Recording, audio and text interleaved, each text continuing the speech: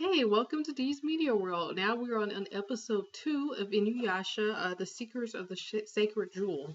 So this episode kind of picks up where the last one ended, where Inuyasha threatens to kill Kagome or hurt Kagome if she doesn't give him the jewel.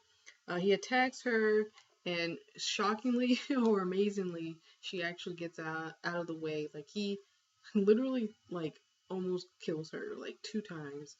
And she's shocked by this, which kind of is funny. She's like, "You tried to kill me right now." I'm like, "Yeah." Or no, she says, "You tried to hurt me right now." He tried to kill you right now, is what happened. And he luckily missed. Um, Kaede puts the beads of subjugation on Inuyasha, and there's actually a history to it, and we'll learn about it much later on. But those beads actually were made for Inuyasha by someone else. But anyway, and Kagome sits Inuyasha for the first time with the word of subjugation. So she sits him, and she basically has him in check now because he can't really hurt her because as long as she says sit, it's it. um, we learn that Inuyasha, after this is the next day, we learn Inuyasha's a half demon, and because Kagome asks, "Well, why do you want the jewel? You seem powerful enough already." And Kai is like, "Well, he's only half demon," which pisses Inuyasha off, and because obviously a half demon can only do, according to that, is like, oh, can only do half of what a demon can do. We also learned that Kaede is Kikyo's sister, and that it's been 50 years since Kikyo pinned Inuyasha to the tree. So Kaede is about probably 60 something years old, I think. And Inuyasha finds out that Kikyo's dead. We already knew that, but he finds out she died the same day he was pinned to the tree. So we learn Inuyasha learns a couple of things. You can tell his reaction when Kaede says that she's dead is, you can tell he's a little sad, but there's a reason why he's not like full blown sad. As we find out later. Um, Kagome is told to basically watch after the jewel, and she's also. Another thing is that Kagome finds out that she is the reincarnation of Kikyo, and that's why the jewel is inside her body this whole time and everything. So it's her job to protect the jewel, and the village thinks that she's basically Kikyo, um, risen from the dead almost or something, and they act kind of weird towards her, which kind of freaks her out and has her. And she leaves, and she sees Inuyasha. He's hanging out on a tree, thinking about Kikyo for a second, and then Kagome basically tells him, "Hey, I'm not Kikyo," and like she's like, "Oh, I can sit you if I want if you become crazy again and try to kill me." Nothing too much happens, but they have a little conversation. She sits him, which is hilarious, and we move on. Um, People are still trying to get demons are attracted to the jewel. You can sniff it out and stuff. So just protecting. He's up protecting the hut from getting the jewel because he wants the jewel.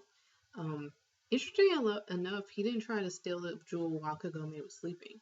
So that kind of shows some of Inuyasha's character, because I would think he would be like, "Well, she's sleeping."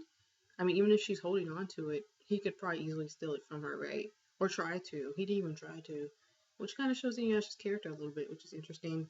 Um, let's see.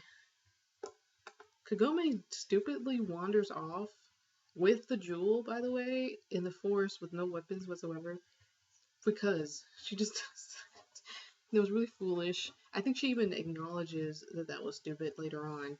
And these bandits see her and they take her, and I guess they knew she had the jewel, and they tie her up, and I guess they're attracted to the fact that she's wearing like this really short skirt and stuff. And then their boss that they work for, who's a huge guy for a human. Like, was he human? Because he is gigantic. The bandit's boss is possessed by the crow that is trying to steal the jewel. And we find out that after Inuyasha comes in and saves Kagome, who literally was about to get killed. That's like I could do a count of how many times Kagome gets saved in the series. That's fairly enough the second time. If the first time is when he saves her from Mr. Centipede, and then this is the second time. Uh, the boss was possessed by the crow, and then because the crow apparently can take over someone's body when they die. So I guess the boss was dead already somehow, and I guess the bandits did know that, and the crow took advantage of it. So something like that. Demon birds can do anything, I guess. Um, before Inuyasha came, I forgot to mention that Kagome throws the jewel outside to sort of get the demon from to stop attacking her, which that too was stupid, but somewhat understandable. It was kind of like something she did because she didn't know what else to do. Like, let me throw the thing that this thing is after me outside. Um, and I guess it worked because the bandits got out of there alive, and they called her boss. By the way, they called her a boss because, and I thought that was funny how quickly she was kind of commanding the situation and how willing they were so ready to follow. Because Kagome has that kind of attitude or spirit, like she could be a good leader because people are like, oh, well, she knows what she's doing, I'll just follow her. I already said that Inuyasha saved Kagome. Inuyasha's reaction to when Kagome shows him that this jewel is outside and the bird swoops in is hilarious and takes the jewel. His eyes actually change color. They go from gold to black when when she shows him when the bird steals the thing. So they try to get the jewel. Inuyasha's like, okay, here's a bow and arrow. Shoot the bird so that Kagome can get the jewel back. So they can get the jewel back. Kagome can't shoot with a crap, which makes sense because it's her very first time having a bow and arrow. But Inuyasha's like, you are not a reincarnation of Kikyo. You can't even shoot a proper arrow. Excuse me. You're not a proper reincarnation of Kikyo. Literally dumps her, like drops her on the ground, and runs off to go get the jewel.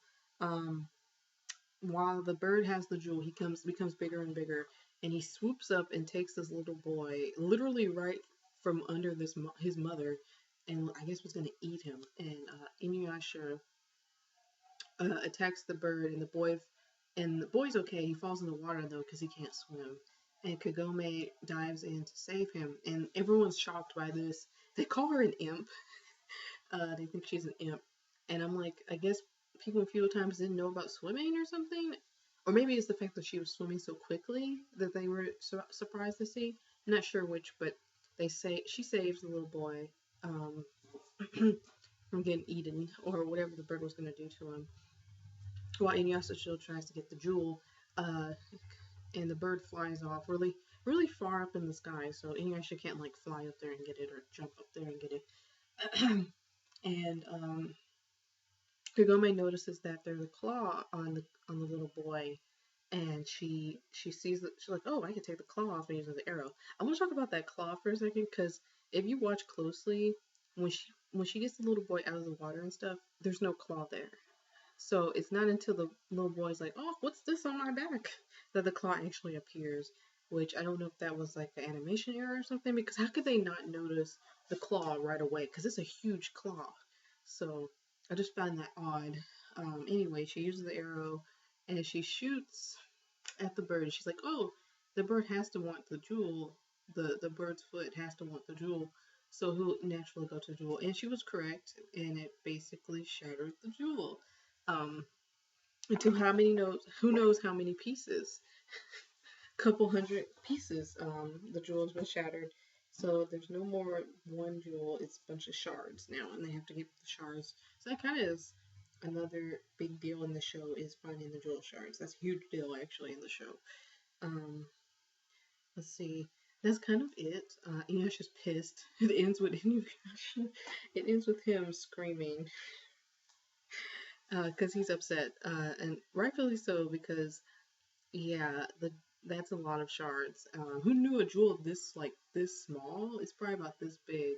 Could be shattered into so many small pieces. And I noticed watching the show that they're all about equally sized pieces, so I found that interesting too. But anyway, that's kind of it. Kaede sees the light. They're like, "Oh, Kaede, look!" And she's like, "Oh God, this doesn't seem like a good thing."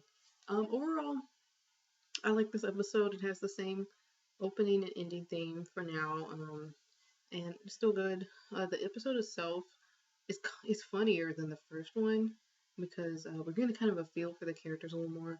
Inuyasha's not like a bad guy. I mean, he's kind of a jerk, but if you think about it, he could have killed Kagome. Well, he tried to kill her, he failed.